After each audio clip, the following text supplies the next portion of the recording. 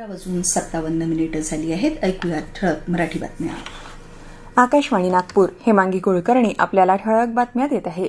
विकसित भारत 2047च्या संकल्पनेला बळ देण्यासाठी आणि देश व्यसनमुक्त करण्याच्या उद्देशानं पंतप्रधान नरेंद्र मोदी येत्या रविवारी 2 ऑगस्ट रोजी नशामुक्त युवा विकसित भारत संकल्प अभियान या मोहिमेचा प्रारंभ करणार आहे. युवक आणि क्रीडा मंत्री मनसुख मांडवीय यांनी ही माहिती दिली.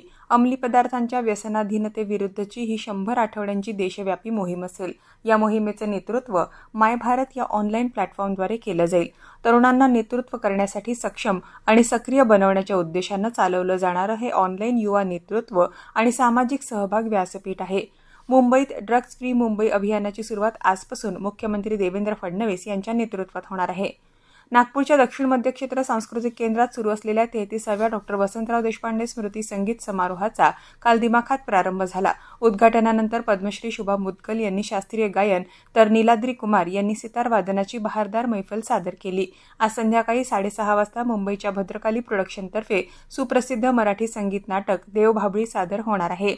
मेळघाटातील आश्रमशाळेतील विद्यार्थ्यांना अन्नातून विषबाधा झाल्याच्या प्रकरणात अन्न आणि औषध प्रशासनानं संबंधित सेंट्रल किचनवर कारवाई केली आहे. तपासात आवश्यक परवानग्यांशिवाय किचन सुरू असल्याचं आढळून आल्यानंतर सुमारे 4,41,000 रुपयांचं अन्नधान्य जप्त करण्यात आलं असून 11 अन्न नमुने प्रयोगशाळेत तपासणीसाठी पाठवण्यात आले आहे. अहवालानंतर पुढील कायदेशीर कारवाई केली जाणार आहे. नागपूर प्रादेशिक हवामान केंद्रानं पुढील काही तासांसाठी विदर्भातील काही जिल्ह्यांना ऑरेंज आणि येलो अलर्ट जारी केला आहे. नागपूर, वर्धा, चंद्रपूर आणि यवतमाळ जिल्ह्यात मेघगर्जनेसह विजांचा कडकडाट, ताशी 30 ते 40 किलोमीटर वेगानं सोसाट्याचा वारा आणि हलक्या ते मध्यम स्वरूपाच्या पावसाची शक्यता असून नागरिकांनी आवश्यक ती खबरदारी घ्यावी असं आवाहन करण्यात आलं आहे. दरम्यान गडचिरोली जिल्ह्यात तुरळक ठिकाणी हलक्या पावसाचा येलो अलर्ट देण्यात आला आहे. अकोला, अमरावती, बुलढाणा आणि वाशिम जिल्ह्यात काही ठिकाणी हलक्या पावसाच्या सरी पडण्याची शक्यता आहे.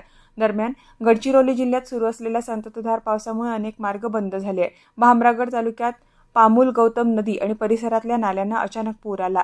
या पुरात अडकून पडलेल्या एका कुटुंबातल्या 3 आपत्ती व्यवस्थापन विभागाच्या चमूनं सुखरूप बाहेर काढलं. भंडारा जिल्ह्यात गोसीखुर्द धरणाचे सर्व 33 दरवाजे अर्धा मीटरनं उघडण्यात आले असून त्यातून 1,35,592 घनफूट प्रतिसेकंदानं पाणी सोडण्यात येत आहे.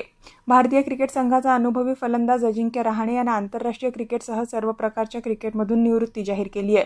85 कसोटी, 90 एकदिवसीय आणि 20 T20 सामने खेळलेल्या रहाणेनं सोशल मीडियावरील व्हिडिओ संदेशातून हा निर्णय जाहीर केला. देशासाठी खेळणं हा आयुष्यातील सर्वोच्च सन्मान असल्याचं सांगत पुढील पिढीच्या क्रिकेटपटूंना मार्गदर्शन करण्यासाठी कार्यरत राहणार असल्याची भावना त्यांनी व्यक्त केली आहे. याबरोबरच हे ठळक बातमीपत्र संपलं. यापुढील प्रादेशिक बातमीपत्र संध्याकाळी 6:05 ऐकता येईल. नमस्कार.